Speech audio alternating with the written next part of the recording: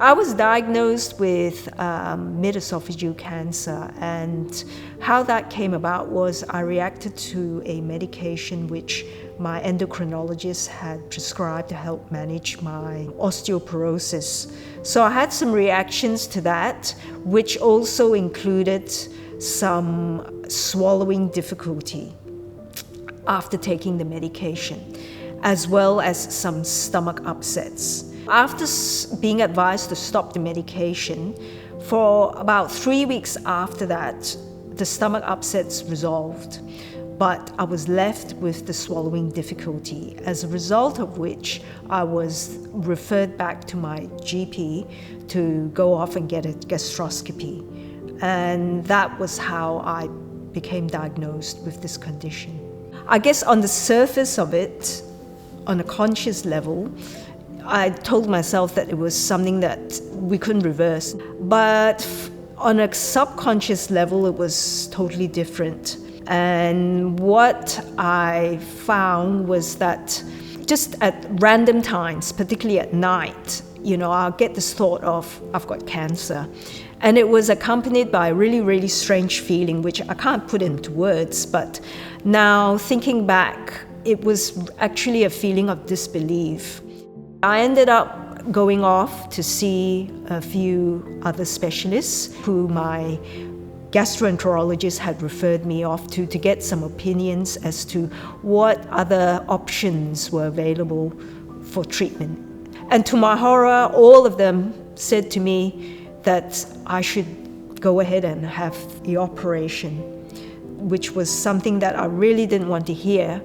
And then that was put me into a period of confusion. I would say a very deep, dark and a lonely place for several weeks. In desperation, I decided to contact the Cancer Council of Victoria, and that was one of the best moves that I made.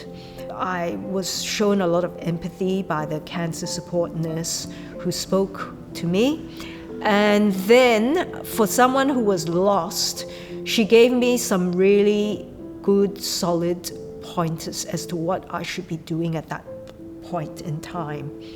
And the first thing she said to me was, you should be asking questions of your surgeon to clarify anything that you are unsure of about your operation.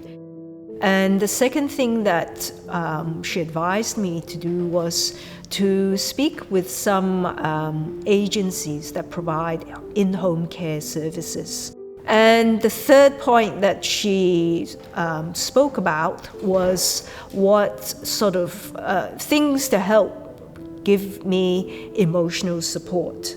And this was when I first learned about the Pancare Foundation. I think it's important that you need to find out as much as you can about all the various options before you go ahead.